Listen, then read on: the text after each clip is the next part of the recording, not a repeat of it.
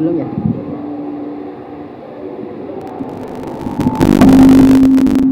Iya, panitianya tega banget. Saya ngos-ngosan karena tadi lari. Makasih. Assalamualaikum warahmatullahi wabarakatuh. Selamat malam, salam sejahtera buat kita semua. Shalom, Om Swastiastu, Namo Buddhaya, salam kebajikan, Rahayu, salam sehat buat kita semua. Harusnya saya tidak usah berbicara karena tadi ada yang sudah mewakili dari KPPA, Pak Indra. Tapi karena ditodong, ya mau tidak mau. Tapi ini tentunya karena bentuk support saya kepada kami tercinta, Mas Astro. Sebetulnya tadi mau datang sesuai waktu, tetapi karena besok ada rapat tingkat menteri, jadi tadi saya ada koordinasi sedikit dengan Pak Menteri Agama. Ya, pertama tentunya kami ini mengapresiasi dan mengucapkan terima kasih atas pelaksanaan giat pada malam hari ini menghidupkan Kartini di era digital. Ini merupakan tantangan kita semua. Kalau kita lihat cerita tentang Kartini ini adalah, masih ngos-ngosan. Kartini adalah sosok pemberani. Berani berpikir kritis, berani bersuara, berani memperjuangkan kemanusiaan. Ini dia lakukan ketika akses pendidikan saat itu sangat terbatas. Dia memperjuangkan agar ini juga bisa dirasakan oleh masyarakat Indonesia yang waktu itu dikenal sebagai pribumi. Dan dalam situasi kondisi saat itu, akhirnya Kartini masuk dalam sistem poligami. Tetapi Kartini bukan sebatas menerima.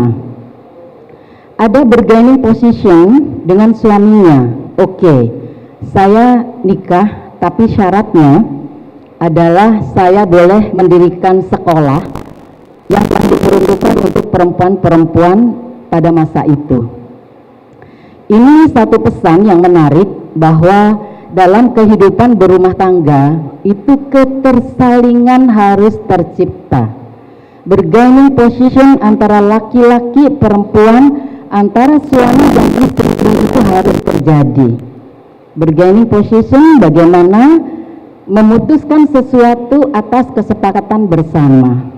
Ini penting supaya tidak ada relasi kuasa yang saling mendominasi sehingga yang satunya merasa terintimidasi dan sebagainya. Kemudian menghidupkan Kartini di era digital. Kalau Kartini saat itu terbatas, ada keterbatasan di ruang fisik dan akses pendidikan, maka tantangan kita hari ini, Kartini Indonesia saat ini adalah tantangannya kehadiran teknologi yang bergerak begitu cepat, tak terbatas, bahkan kadang tanpa kontrol kita. Maka bagaimana kita menghadapi itu di era digital ini? Memastikan menghidupkan kembali Kartini adalah bagaimana kita memastikan perempuan bukan hanya sebagai pengguna teknologi, tetapi memastikan bahwa teknologi ini digunakan oleh perempuan sebagai pencipta perubahan, sebagai agen perubahan melalui dunia digital. Jadi ini tantangan kita bersama. Oleh karena itu, Kartini sudah menyalakan cahaya seabad yang lalu. Maka tugas kita saat ini bagaimana cahaya itu tetap hidup sampai ke ruang-ruang digital.